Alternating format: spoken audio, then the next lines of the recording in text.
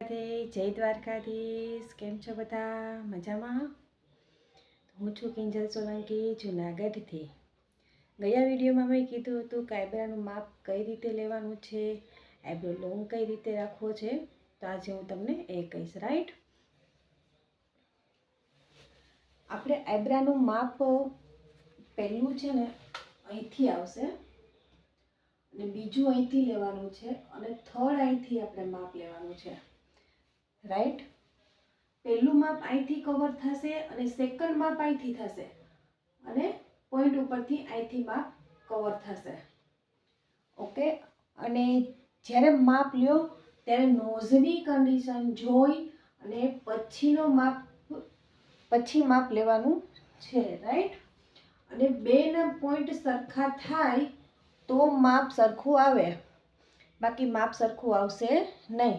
ખાસ એ ધ્યાન રાખવાનું છે કે જે નોઝ છે તેની વચ્ચેની લાઈનની બોર્ડરનું માપ લેવાનું છે.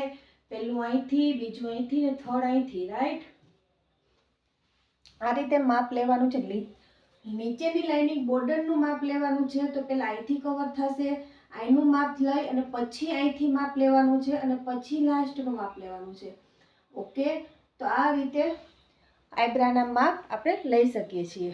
ઓકે, અને લોંગ રાખવાની વાત છે તો આપણે જે આઈબ્રો કરીએ છીએ પ્રોપર શેપમાં, અને પાછળની જે બોર્ડર છે, જે આ બોર્ડર આપણે એને કહીએ છીએ, ને છેલ્લે જે બોર્ડર છે એની થોડું છોડાવીને પછી જે લેશો તો આઈબ્રો પરફેક્ટલી લોંગ રહેશે.